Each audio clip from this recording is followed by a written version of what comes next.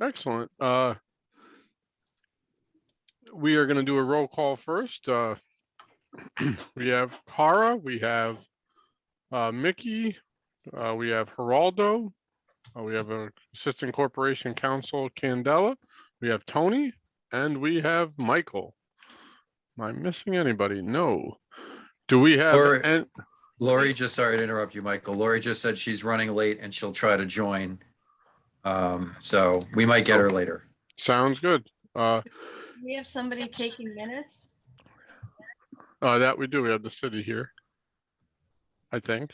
I don't know. The city, I think, might be the host. Do we have Yeah. someone taking the minutes? Oh. The short answer is no, then if the host is not, there's only us and the host. Good to know. Let me You want me to take minutes? I'll see what I can do. I can take them if you want. Okay. Can we get Mickey to count as 2 votes every time he votes because he has 2 logins here? I see that, yes. Mike, just give me a second to get a pad out of my Yeah. Take your time. The one with the picture is my cell phone, which has the backdrop on it and also has audio. The one with just my name is my computer here at my house, which is so old it doesn't have a camera on it. So it has no audio or video for that matter. Listen, I can't mock you as I am on a computer without a camera and have been all year. So I do have audio, fortunately, but no camera. Okay. Excellent. So we're all here. Let's see. Is there any public participation? I don't have access to see that.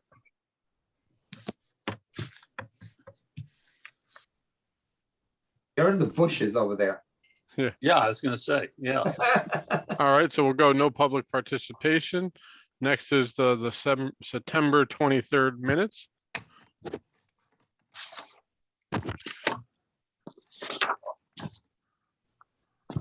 I had a couple questions. Yep. I wasn't there, but I'm reading the minutes.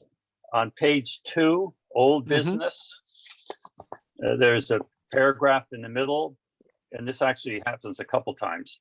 The 4th line down starts saying, this guide provide general information. I think that should be provides. And maybe it's that way other than in the minutes, but in the minutes it says provide. It should say provides. Let me take a look. Where are we? Which page, Mickey? Page 2? Page 2, 4th line, middle paragraph under Attorney Murphy moved to approve the following change on page 3, paragraph 1. The 4th line down, it says this guide provide general information as opposed to provides general information. Got it. It may just be incorrect in the minutes, but it may be correct elsewhere. And then the next paragraph, large paragraph down on the 2nd line, I wasn't there, so I may have missed this, but it starts out by saying the description of the LAS and the code. And I don't know what LAS is. Where are you? Page 2, last paragraph, 2nd line down. Last paragraph, 2nd down. The description of the LAS and the code are not intended to be. Yeah, I'm not sure what the LAS is. Yeah. That was my first part in college was LAS, actually. Let me pull up because they're talking about paragraph 3, line 3. So let me see. Let me see what paragraph 3, line 3 says. For me 1 second. Looks like an ethics acronym of some kind.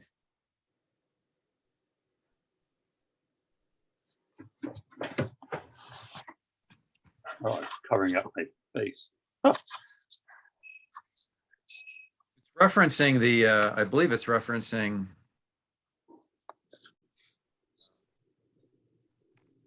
Back to the Citizen's Guide, I would think. yeah, paragraph 3, line 3. Hold on.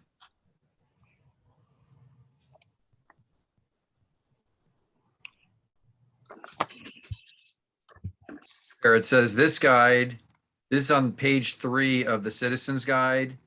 It's in the introduction section and it's just above guidelines for ethical behavior. I'll show my screen so you guys can see what it is I'm talking about.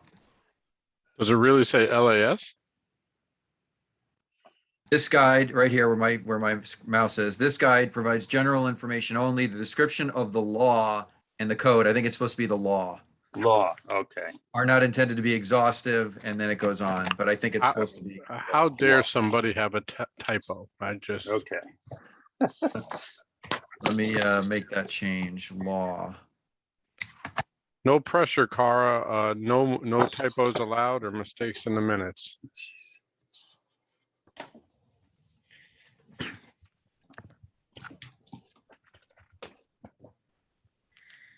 Anyone else find anything else in here? Page 3, the next yep. page, Page that- 3, okay. The Yep. next two paragraphs. where it says 2, right in the middle, the first word, again, it says provide, and that should be provides. Yeah, provides general information. Yep, you guys see it. In both paragraphs. Yeah. Yep, you're Well, the right. other one, that sort of doesn't matter, but correct. That's all I care to discuss. Anyone else? There's a lot of pages here.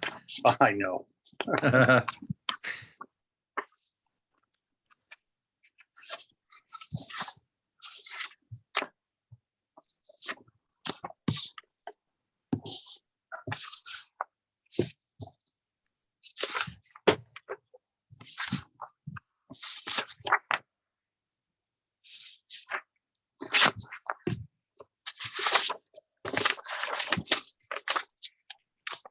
What's the date on these minutes? Is it September 27th? 23rd.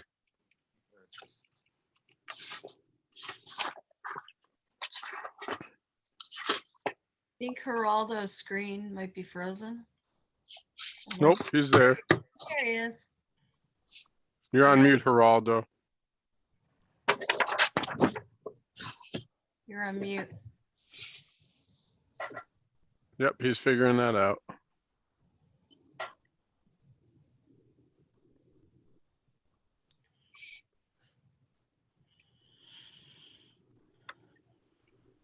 All right, do I hear a motion to approve said minutes?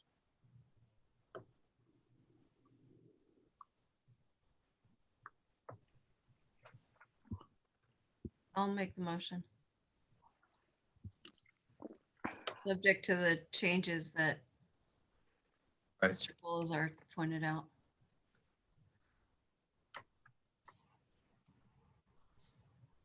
There you go, Geraldo. You've got off mute. But we all have some challenge. I have a laptop that I crack the screen, so I have another screen, but I have my video on the laptop, so I'm trying to work with these two screens.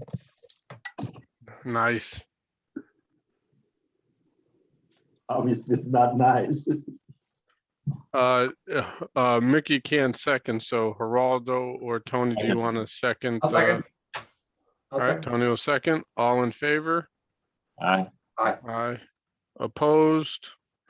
Mickey will abstain. Yeah. Motion carries. Now, got to get back to my agenda here. So then, I guess it's under old business, even though it's new business, is now that we have updated our code and our citizens guide, now we get to the deeper meaning or the equally deep meaning of sharing the message with the city of Norwalk and those that are employed by the city of Norwalk. And anybody want to kick off? I suppose that we could start with the word communication, which is the obvious, and that takes many forms. But I think perhaps the first form that we might want to consider, like in any workplace, do we start with a memo? Before we talk about a memo, can I add something too? Yes. I would think we would look at the different types of constituents that we're trying to address this, the elected officials, appointed officials versus the employees, and target one. In my view, I think like the elected officials may be an easier one to present, both in the numbers and the exposure to the Board of Ethics or the Code of Ethics. So if we start with them, at least you can get a lot of feedback of how the communication would work. So that's just So- So I think just to set expectations, I think for all of us, and this is open, this isn't a concrete statement, more thought-provoking, is for starters is this isn't something that's going to be implemented tomorrow. When we talk about communicating or sending out a memo, I think it would be in our best interest to have a clear plan of attack and communicating so it's consistent, not piecemeal it together by saying, oh, let's do one thing, we do it, and then, oh, what can we do next? And then do another thing. I don't want to be paralyzed by, I'm not looking to take 6 months to come up with a plan before implementing, to be clear. And yet I want to set the expectation that that this call in and of itself, I'm not looking, and I'm open to your guys' thoughts, to take away with, okay, what can we do in the month of November or before the end of the year to convey a message? And then when we get back together in January, we come up with another message or way to communicate. I think initially this call and maybe into January is to come up with not an elaborate plan, but a plan of attack for 2022. And something that I also think is important, and maybe can be part of this meeting, is coming up with questions that we can ask folks within the city of Norwalk via Brian, or I can reach out, whatever's more appropriate. And what I mean by that is, I don't think, and feel free to correct me, anybody here is HR. We need to understand what possibilities we have within the city of Norwalk. Right now, I don't think, like, we're doing Zoom meetings. So our communication, can we do a Zoom thing? Does IT have that capability? Can we make that, quote unquote, demand of different departments within the city of Norwalk to make it a requirement? Can we not? I don't want us to spend a whole bunch of time thinking that we're going to make a presentation to different employees or staff only to find out that we can't. So I think part of it should be coming up with questions to run by and see what avenue we can go down, and perhaps looping in an HR person or multiple different department heads to just see what's possible, and perhaps equally checking the IT department's capabilities related to doing these things. Michael, I couldn't agree with you more, if I may weigh in without taking too much time of others, but HR is the point. I think the point of a person or a contact person that should be at least collaborated with initially. And when I say the memo, that's the reason, because they have other memos, but it should take front and center stage with HR first. And yes, there's going to be multiple opportunities and multiple prongs of communication, but if we're talking about what's the priority, what's first, I mean, there are employees that we are talking about immediately that need to be, in other words, communicated to, and what better department than the HR, because the HR, everyone goes to the HR, every department goes to HR. So I think that's the focal point you mentioned. Thank you. But the one thing is, the HR doesn't cover the elected official and the appointed officials. No, and I'm not, I'm not by any means, belittling the importance of addressing those individuals or stakeholders that you mentioned at all. But what I am saying in terms of the HR's role, which is primarily first and foremost, is the employees first. And then, yes, there's going to be that need to, yes, also address those very individuals, elected officials that you mentioned. So I'm not saying no. What I'm saying is in terms of, I think, the priority. My comment would be going back a long time when you were in school, high school or middle school, whatever, that you would get these memos. They weren't memos. They were things that you had to take home to your parents to read or sign sometimes. And that was a way of communicating. Of course, now I'm sure they do it by email, but in any event, is there, and this is a question I have, is there a method by which Harry Rilling or we can communicate with every employee? Does the city have some kind of system set up now to say, okay, all you employees are getting, I'm sure it's by email, and we could have some basic information about the code and how it works and send it out periodically. I mean, this is one idea anyway, but that would only work as if every employee is somehow on or gets these memos, which are through email nowadays. And Brian would be able to answer that question, I guess, if the city has that kind of communication ability. Geraldo, go ahead. Yeah, and I'm still going to go back to what I said at the beginning. I think we have to look at who are the different people that we are serving, right? Because even though we say HR, there's not one HR in the city, and there are issues around, different HRs, different unions that are the constituents, the employees are protected differently and have to be communicated with differently. So part of this to me is identifying who are the groups, the different entities that we will be addressing, the elected officials, the appointed officials, then look at the different HRs, whether I'm sure there's an HR for the Board of Ed, does the police have their own HR? I don't know. Does the firemen have their own HR? DPW.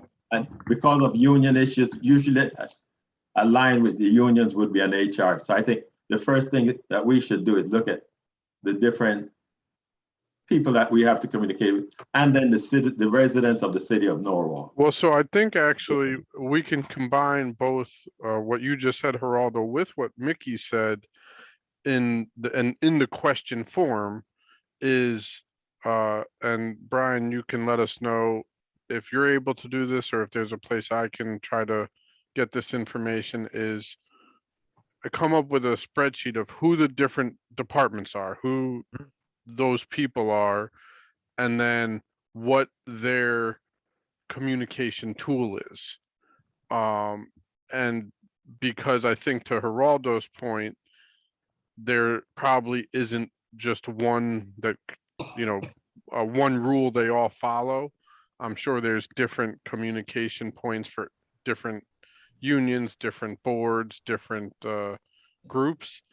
And to Mickey's point, I'm sure in this day and age, whether it's via email or some way, each different union or group must have some type of way to mass communicate. And so I think part of it might be, before we identify what we're communicating, identify the who and the how. And so, because even as I sit here right now, and I know we've just listed off a few, I know we're leaving out, handful of organizations, Parks and Rec, and do they fall under what category? And you could, staff at City Hall, planning and zoning, what are the different groups? So I think that would be Right. something that we can work to establish. And then once we establish that, figuring out the how to each different organization. The one thing I'll caution us is and this is open for discussion, but I caution that I concern that I am thinking out loud. I don't think we have to communicate with 100% of the people in the first communication. My concern, if we go that way, that we might be paralyzed by biting off more than we can chew, as opposed to, just using the Board of Ed or pick one group. If we are able to contact their HR person and find out, okay, they do email, and we choose to send out an email introducing them to the updated code, maybe even having a plan of, if HR signs off on this, a plan of an action item that, confirms they read it in some technological way. And then that works, like it's a test case, then we do that with the next one. We roll it out, so to speak, as opposed to, and work out the bugs and the kinks, if you will, as opposed to, trying to figure out everything all at once and doing one initial mass thing. I just concerned that we would get the bite off more than we can chew the first go around, that we should phase it and roll it out, if you will. So Michael, my concern, if I may, is only not so much the substance, what you're saying is not that.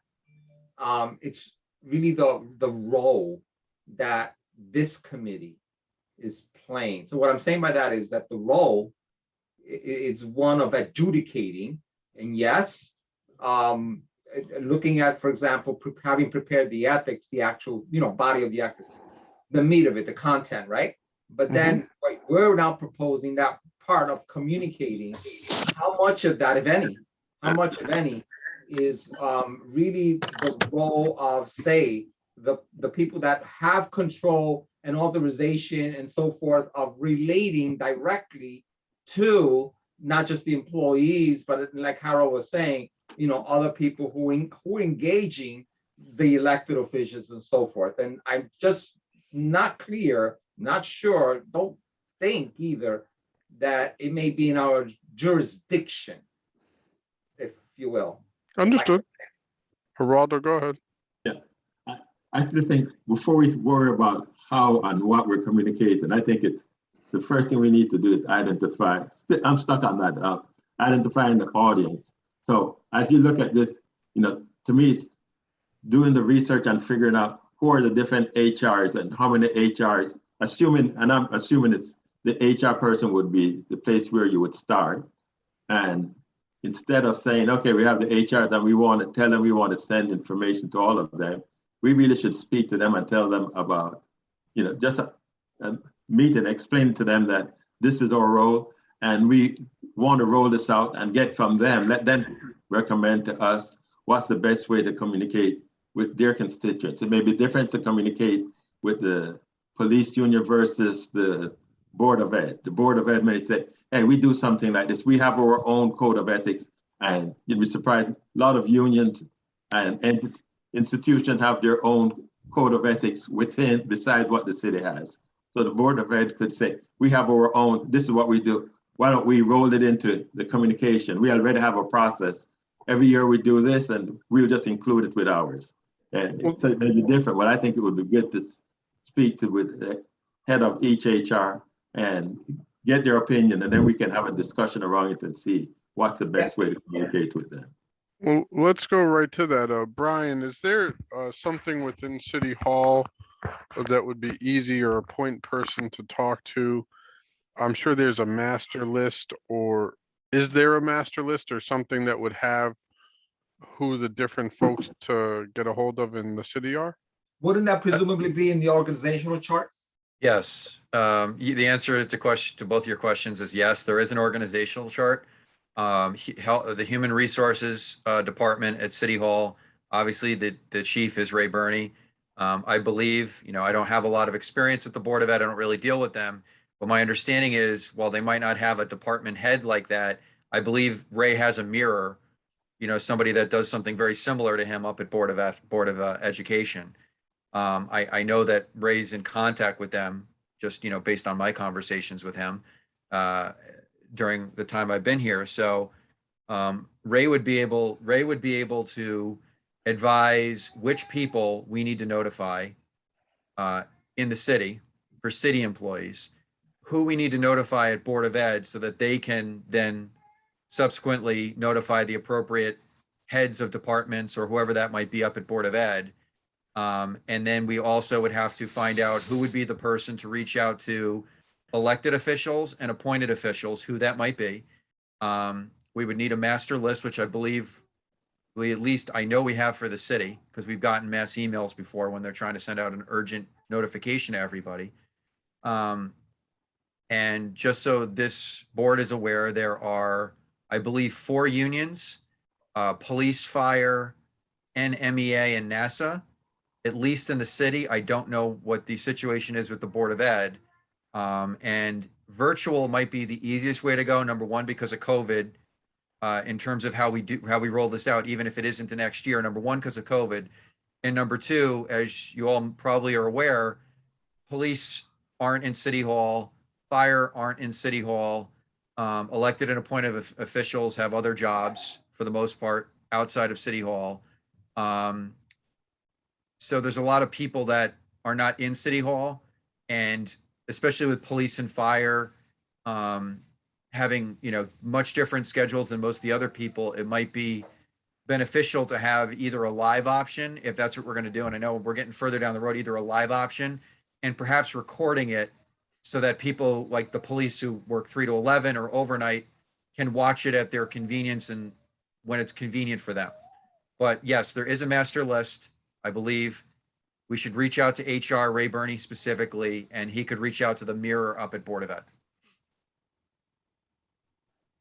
Excellent. So then I think just while we're on this point, is one action item is, Brian, can you help facilitate that for our next meeting, having that information of who?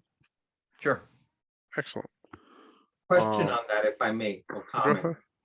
ahead. And not to belabor that point that Brian was saying, but you mentioned maybe we could have a Zoom meeting, maybe you said another word that I just lost. And my thing is, this could be, in some ways, voluminous information that we want to convey. And because of this, and because it's, in some cases, can be somewhat dry, how do they do it? And we don't know, this is just a question. How do they do it when they have to, for example, share the new employee manual, which is not, it's not, for example, the employee manual has to be revised every year to comply with, the state regs. And so an employee manual can be just as voluminous. How do they convey that as an example? And can we do that similarly? Because there's nothing to be said about it. It's not like we're going to read verbatim every page. I don't think so on Zoom, right? So the question is, we want to communicate it. The question is, how are we effectively communicating it? Can we do it such as it's being done with the very documents that employees are given already? Actually, Tony, I actually like the idea you just had. We should have a book club and do a chapter a week, and everybody plug in. We get a Morgan Freeman narrate it. No, Yeah. and I just thought, I'm thinking like, how do they do it with their employee manual? I don't know. I don't think that they go on Zoom and do it, but maybe they do. I don't know. Michael, Kara's raising her hand, Mike. Say Mike. again? Yep. One, we have to keep in mind that next week is the election, so some Yep. things are going to change. Employees won't change, but elected officials may.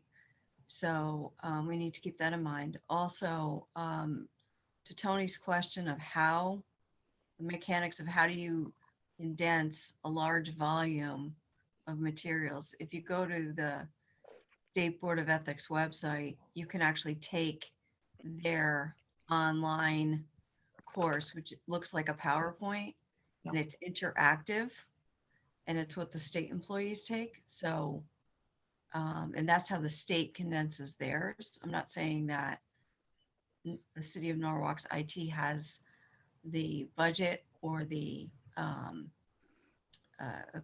abilities to do something like that, but it might be something that people might want to just look at to wrap your heads around how to do this virtually. Mhm. Have And that's what I'm getting at. That's exactly what I'm saying. That, when we say we're gonna do a Zoom, that's kind of nebulous, because does that mean that Harold's gonna do a presentation with a PowerPoint? I don't know. That's what I'm getting at. Yeah. The how to communicate it via Zoom, that this committee is gonna do that. Is that what's being suggested, or is what Kara's suggesting the more viable means of communicating, by way of again, a system that maybe it's already enforced, and when I don't know about it, we don't know about it. Go ahead, don't- Harold. I still think, to me, it's really about initially speaking to the HR folks and see what they have, what they currently have. Because my experience with HR folks and people that are in the unions, they're going to have their fixed ways. And if you tell them you're coming in to do this, it may never get through. So I think it's really about meeting with them to to inform them what we have and what we want to communicate, and then going from there to decide how we will go about doing it. Whether it's, what Kara has mentioned, I looked at that even today. I've worked in an institution where that's exactly what we did. I was looking to see if they have some tools that can take your existing code of ethics, because what's on the state is really tied to the state's code of ethics, but it's something that every employee has to do, and it takes 30 minutes. And they almost force you to learn, because if you don't get 80% right, you have to keep doing it and doing it till you get 80%. But to me, it's understanding the institution. The police union may say, hey, we have our own code of ethics following some national board for police teams. So they do this so we can just integrate when we're doing our, annual, the people have to do it every year. That we have the system when we're doing it. Why don't we tie ours in with yours? The Board of Ed may have something else that have the teachers. I know they have something to send out to the teachers. Then how do they tie that into with their own code of ethics, and how do they tie it into what we have? So I don't think it's not necessarily one style is going to fit all, because again, the unions are going to have their rules about how you can communicate. The HR people may have their desires or their style of how they communicate with their existing employees. So I think it's before we decide how it's going to be done, we should really speak to them and speak to the HR folks. Once you get that list of the HR folks, tell them what we want to do and understand what options exist. Then we come back here and meet and come up with our recommendation. I think Well, from what we're gathering, we're all saying the same thing differently. Correct. Well, so for a value of our time on this board and for moving forward and not spinning our wheels too much, the action items would be identify the who, as we've discussed. And then when you ask good questions, hopefully you get good answers. And it's once we identify the who, it's asking the question of how do you guys, and this isn't the only, I'm just throwing things out there. How do you guys convey messages and come from a place of giving? We're not looking to jam this down anybody's throat. We won't be well received. It won't go over. But hey, we've just updated the code of ethics for the city of Norwalk. Is this something that would be useful for your union or your employees or staff? And listen, and see what they have to say. If they say they're not interested, well, they're the gatekeeper. It's not our place to, jam it down their throat. But if you come from a place of giving and asking good questions, how can we, because we don't want to give any staff member or employee more work. They're not going to well receive, but we have to get buy-in from the top that wants to convey this and sees the value of having this conveyed. and then finding out what way is best to convey it to their constituents. And when we get that information, then we can formulate our plan of attack. But I think for the use of our time before we, spin our wheels going about what we think might be best, it's asking the powers that be, identifying who they are. And then once we identify, we can come up with, 2 to 5 questions that we can ask each individual person, and I don't mean each individual staff member or teacher, but head of the union, head of the HR for that committee, if you will, and let them know we're out here. And then when we get those answers, then we could sit down and craft a plan. And that's what I'm thinking at the moment. What say y'all? But we're not necessarily asking for input on the content of what we spend a lot of time on, but the process by which they communicate it, correct? So the code is what the code is, right? The first thing we're asking is letting them know, hey, we just updated the code. Would you, and again, this isn't the specific question, we can craft those once we know the who, but is, do you find this helpful for your folks? How can we convey that message to them? And go from there. Can I rephrase that last question? Go ahead. What is the best manner in which you think this new revised ethics code can be communicated? That's fine. One thing I would say to Michael, I don't think it's that they have a voice as to whether or not they want to implement it. I think from the city standpoint, this is the code of ethics, and there's an exposure from the city standpoint above and beyond the individual HR person. It's this is the city's code of ethics, and we need to make sure that it gets communicated to all the employees to meet how we're going to go about doing it, not if they're interested in doing it. Correct, but we have that hammer potentially in our back pocket, but if you lead with the hammer, it might not go as well as we hope. So Thank you. I'm not saying to leave with it. I'm just saying they don't have that option. Hey, we just call him Brian. That's why Brian is here. So I just want to show everybody that this is the Board of Ethics page on the Yep. city website. And if you scroll down to the bottom, just above the minutes and the agendas, you will see Chapter 32 of the Norwalk City Code of Ethics and the Citizens Guide. These have both been inserted onto this Nicely page. So done. anybody can access them. All you have to do is click on the link. This is just an example. It takes you right to Chapter 32. We'll get rid of that one. And then if you click here, it should take you to the Citizens Guide. So, so people can access it that way as well, but I just wanted to show everyone that is now up and running. That's great. I have a question, but I'll wait for Carol because she is raising it.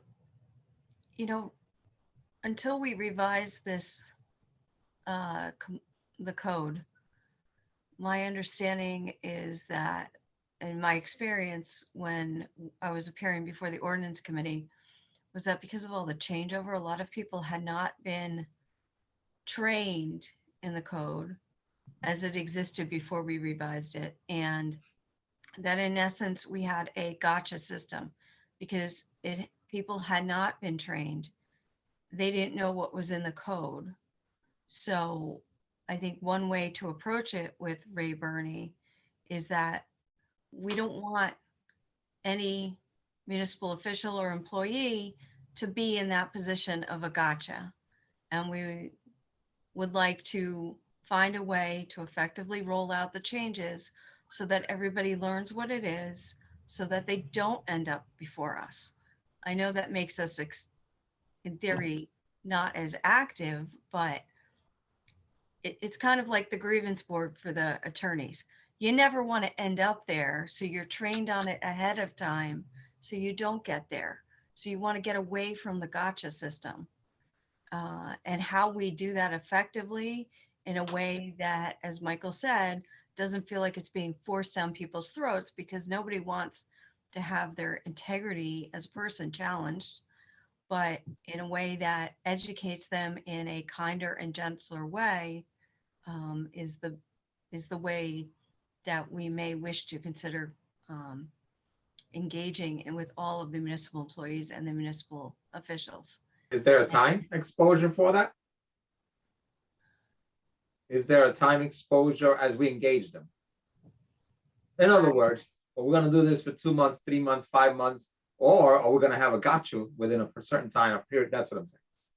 I don't think we've gotten to that point yet, because I think Brian and Michael need to have some real discussions with Ray Burney, Board of Ed, police, fire. And then on the municipal side, whether it's Donna King or Laisha King or, whomever is the appropriate person on the elected official side, the mayor, the council president, whoever that's going to be. I think we have to figure it out. But right now we're still at a point of like a gotcha system. And, but we need to create something, I think, that helps move away from that. That's my own personal opinion. I don't know whether Michael shares that opinion or not, or any of you. But I think that's one way you try to spin it, is to try to have it roll out in a kinder, gentler way, so they don't end up before us. The one, Go yeah, ahead, Geraldo. I said, the one, I agree with what you're saying, Karen. I don't think that's any different. The one I was stressing is that it wasn't an option for somebody to say, I'm not interested. If they're not interested, we have to do it. But I also believe that we should separate the elected and appointed officials and look at how we communicate this to them, because I think that there's a greater need with the elected and appointed officials to get this, and it may be an easier process in communicating it to them. So what I think we need to do, everyone, we could also, just like we need to divide anything in stages, we could look at it as, okay, how do we get this done first to these employees? And just like Kara is saying, there's a great opportunity for us with the election. There may be new people, and even if they're not new people, there's a new phase. And many of the people that go into the that get appointed or get elected aren't aware of the constraints or the guidelines for conforming to how the city, how they're supposed to do business in the city. So I think it's a good opportunity for us to look at how do we communicate this to them and gain some success. Even while waiting, we could still be engaged and have that discussion occurring with the HR folks, but this is completely separate from them. Just smaller group of people, and probably an easier group to communicate to, because they will be more aware of why they need to do this. So this is something I'm generally against, but it's popped in my head and I wanted to put it out to the board for their thoughts. Is what about a press release, if you will, that states we've just completed the update of the code. We want to make sure everybody's aware, and drawing them to the links that Brian just showed is on the city website, and just saying, just to make, I don't like doing things in press, so this is why I'm ordinarily against it, but this way it gets out a mass word that, the paper or online people might pick up that says, okay, oh, there's a code. Oh, here it is. And at least it gets the word out before we target specific folks, but it gets the word out that, hey, the code's been updated. You can find it here. And just that. I don't believe that might be, I think, personal opinion here, maybe the appropriate medium, to approach, or I should say announce. Maybe the public knows about it, but what I'm saying is, first of all, it may appear, more like I don't know how to say it, like a photo op on our part, more than a more internal approach of, like I said, maybe a brief memo. Ethics, guidelines has been updated. We're going to be proceeding with informing you, you know, on the details of that, whatever it takes with that. But I think a public announcement on a, you know, on a newspaper, what have you, especially initially, especially without addressing the employees directly first and elected officials, I don't know. I also, Go I ahead. also feel that, I don't like the press release from that standpoint also. I think it's good. It would make this residents aware, but to me, there's a risk with that also in that we can do it, make the residents and the people that, you know, I believe would most likely look at this are not the employees, but more residents. And maybe you'd have residents then coming and filing grievance that they become the experts and it's like, hey, these people not doing business where they're supposed to be doing it, and that start filing a lot of grievance while the employees or of the city or the appointed elected official may not have had the time or taking the time to review that. So they would be at a disadvantage. So that's the one concern I would have with going the press release route. I think it's great. It would inform the citizens, the residents of the city, and a lot of them may find it very interesting. And then they're armed to start filing grievances about things that the employees may not be aware of. You mean like, yeah, like frivolous stuff is what you're saying. It may not even, it may be real. It may not even, you know, you hear people complain about things all the time. It could be real that the person that's in the city, they haven't been trained yet and they don't know, but they may still not take the time. I think that the guidelines would, who it is first and foremost addressing, is addressing, we know employees, elected officials, right? And Appointed, like us. appointed officials. I think those are the three that immediately should be, in whatever form that we were just discussing before, those should be directly addressed, but not through another medium, through the public. Yeah, I think, so in mentioning those, I think it's all of those plus the public. Because the public from a different side need to be, you know, should be made aware also. Well, maybe so the public, but I'm just putting it in terms of priority of who should know Oh, first, because who yes. should know first is the one that's gonna be implicated. That's what I'm Yeah. saying. And that's why I talked about a group first, but I think we should divide that we can decide which one, you know, Right. where's the priority to communicate this. Not because necessarily of need, it could be because we can get it done. But I think the first thing is to identify the different areas and then, you know, which would require those different things like we started out speaking about, Michael, going to get the HR to know the different entities. In Yeah, the city. because think about this, you know, think about this. If we were to announce it publicly in whatever other public means, you know, we might, you know, we might bust some feathers there with some people who might, you know, take exception. How come you didn't tell me first? Mm-hmm. Understood. To not belabor the point, are we all in agreement that the next action item, the next step is really to identify the who? And then once we have the who, go from there. But right now, for this meeting's purposes and for our next action item in between, is for Brian and I to get together and identify the who.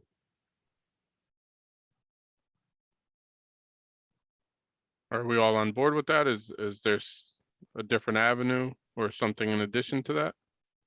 Yeah, do we have a, you know, a vote before that now or not? I don't think we need a vote. Mickey, what Okay. say you? Can you hear me, Mickey? Oh, sorry, I was getting a email and it made this sound that like, No you problem. guys- Yeah, no, what say you on, are you good with that approach?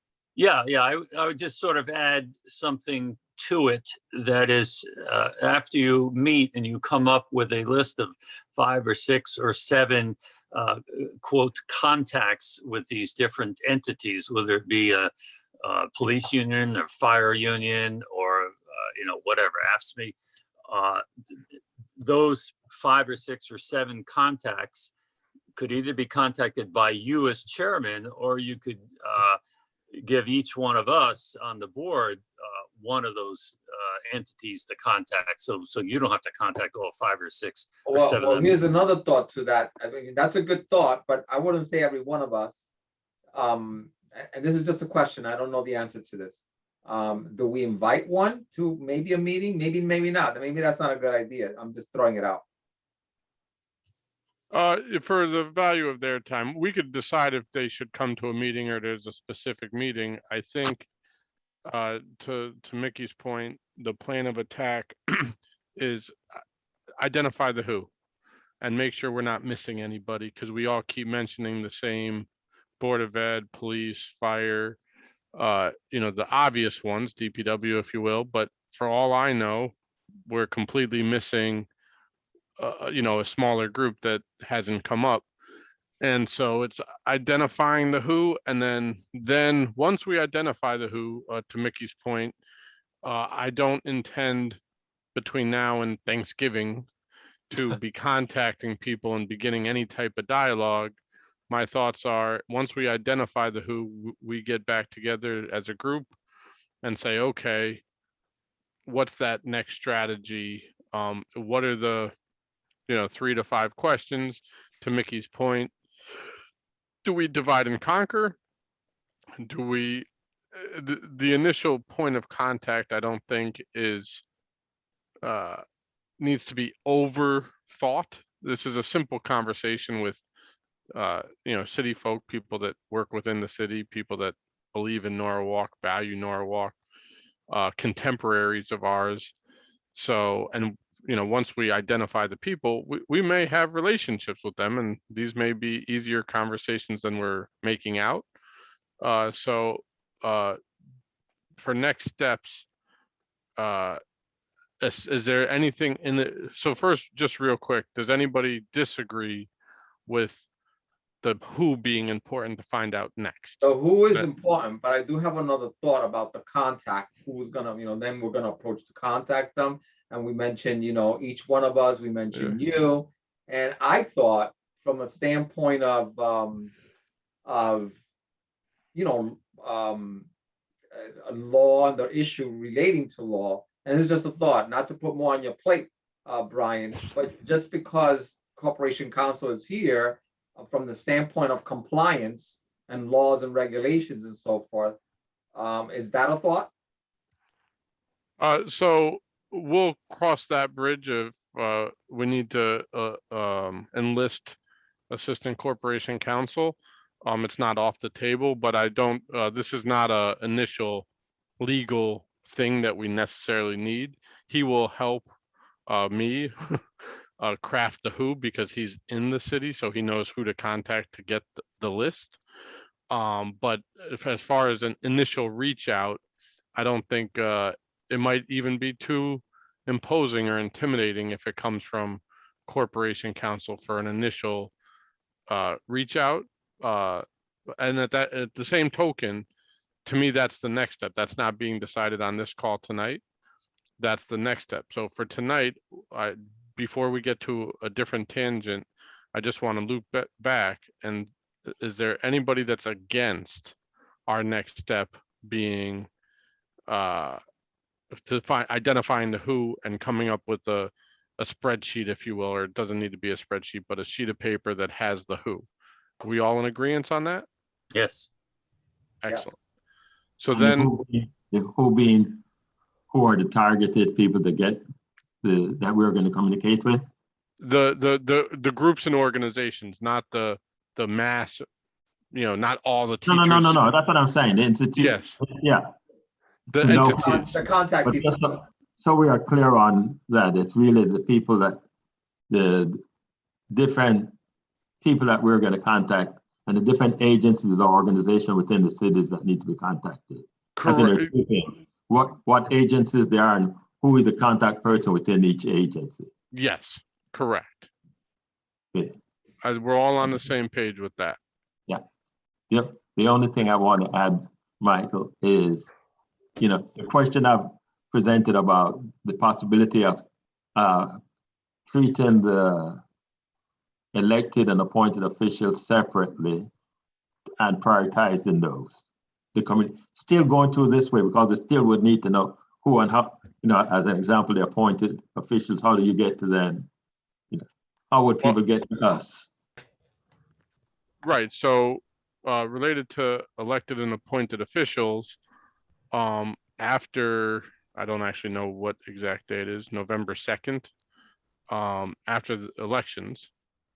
Don't we have elections coming up next week? Tuesday. or- Yes. Right, right.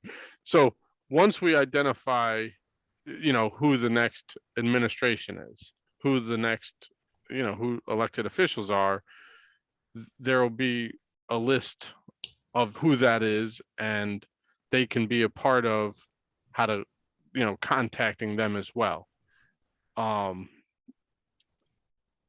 Correct?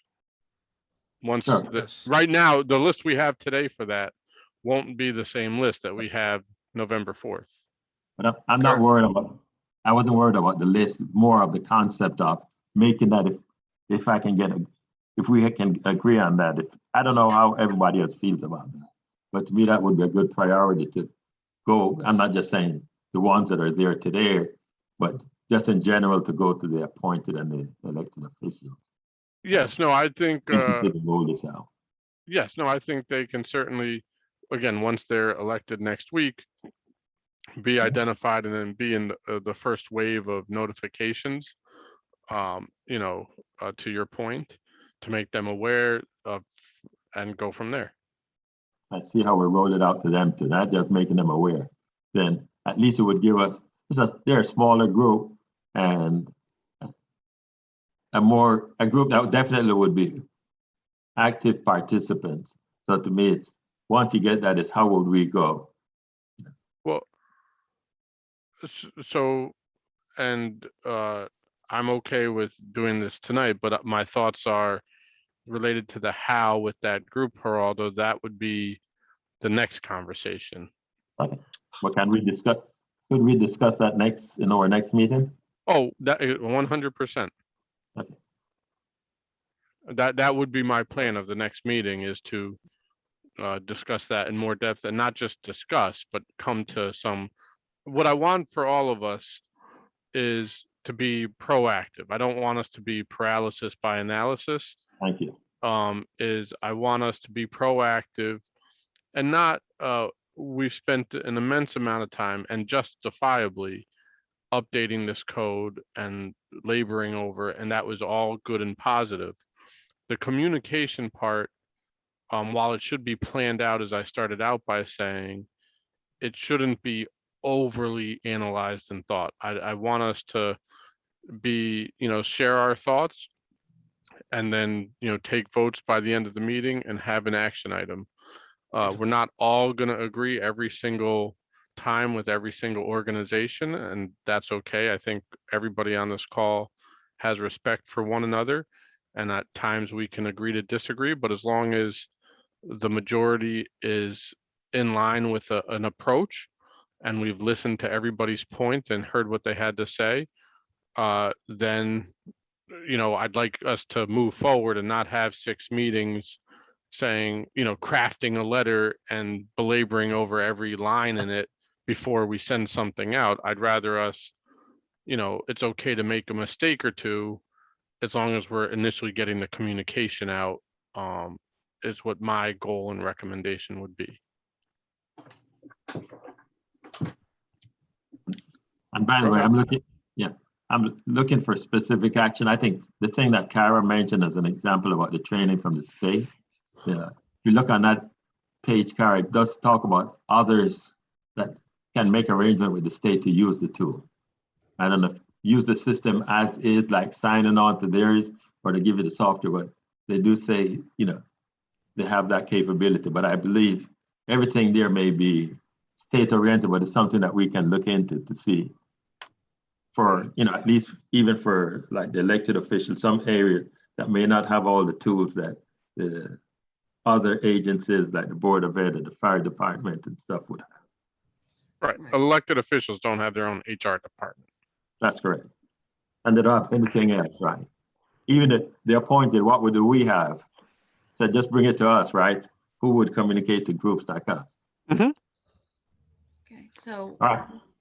conceptually, the only reason I brought up the state website is just as a concept of one way to do it. It's not necessarily the right way or the correct way. And quite frankly, the city might not have the budget. Yeah. And the But it's a IT, good thing. I think thought it was a good reference, Cal. right, but there are multiple considerations there that Mhm. we have to keep in mind. Mhm. And I think that when Brian and Michael sit down and look at the org chart, it'll become easier conceptually to figure out the right parties to talk to for things like the elected and the appointed officials, because the elected officials are the elected officials. The appointed officials, some of the appointments come through the mayor, some come through the council president, like we're all appointed through the council. Yeah. Other people are appointed through the mayor, and then it goes to the council. So once Brian and Michael sit down with the org chart, I think it's going to become very obvious who the first points of contact are. And some of those points of contact may change because of the election next week, or they may not. But I think it'll be obvious to Brian and Michael once they look at that org chart, who to go to and how. If the mayor doesn't change, I don't think the appointed and elected official changes. Right. It all comes through the mayor's office. Right. The physical body, the physical parties don't change. No. But the point of contact, whether it's the mayor or the council president, like the council president could actually change after the election or not. They could stay with the same, but Yeah. it'll become obvious, I think, when Michael and Brian sit down and look at the org chart and figure out how the appointed officials are actually appointed. And I could see Brian nodding in the shadows. Just so, just to back up what Kara said, so for example, in January of this coming year, the Planning and Zoning Commission is going to be merged together. So while we had two separate commissions with multiple people on it, now there's only going to be one commission, which means there's going to be less people on that commission, and some people that were on it are not going to be on it. And the other issue is this isn't as much of an issue with the elected officials and the city and Board of Ed staff, but appointed officials, people are volunteer. These are volunteer positions. People resign for a whole host of reasons. And it will take longer to reach out to the appointed officials because some of the websites that have the information of those officials have not been updated. And so there's some people that are listed on there that are no longer on that board or commission. And there's some people that might have replaced people that are still listed there and we don't even know who they are. So the appointed officials is going to take more time in order to ensure that we are contacting all of the people correctly once we identify who the contact people are. But I just wanted to point that out, that appointed officials might be a little bit more difficult than the other parties or silos or whatever. Excellent. So we're all in agreement on that. Yep. Is there anything else prior to this meeting ending that anybody would like to discuss? Period. Just before, maybe at the last part of the minutes, to write down when our next meeting is. So it's not going to be on Thanksgiving. Yeah, that's right. And let me just take a look and see when the fourth Thursday is in December. That would be December 23rd. So I have a gig. No, I'm just kidding.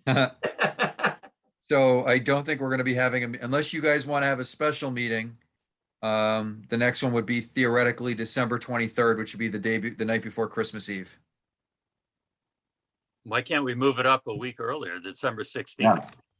We could move it up a week earlier. We'd have to just I'd have to do it as a special meeting. So you guys would just have to let me know what date works for a majority of you so that we would have a quorum. And then we would just have to notice it as a special meeting because obviously it'd be on a different date. That's Can we right. also wait against the remember, it is the holidays, right? And I'm talking about Yes. generally with everybody. And I'm just merely just saying, can we weigh the workload? In other words, what has to be discussed? In other words, is it pressing? Can it wait? Well, how about this is, since that's, 6, 7 weeks away right now.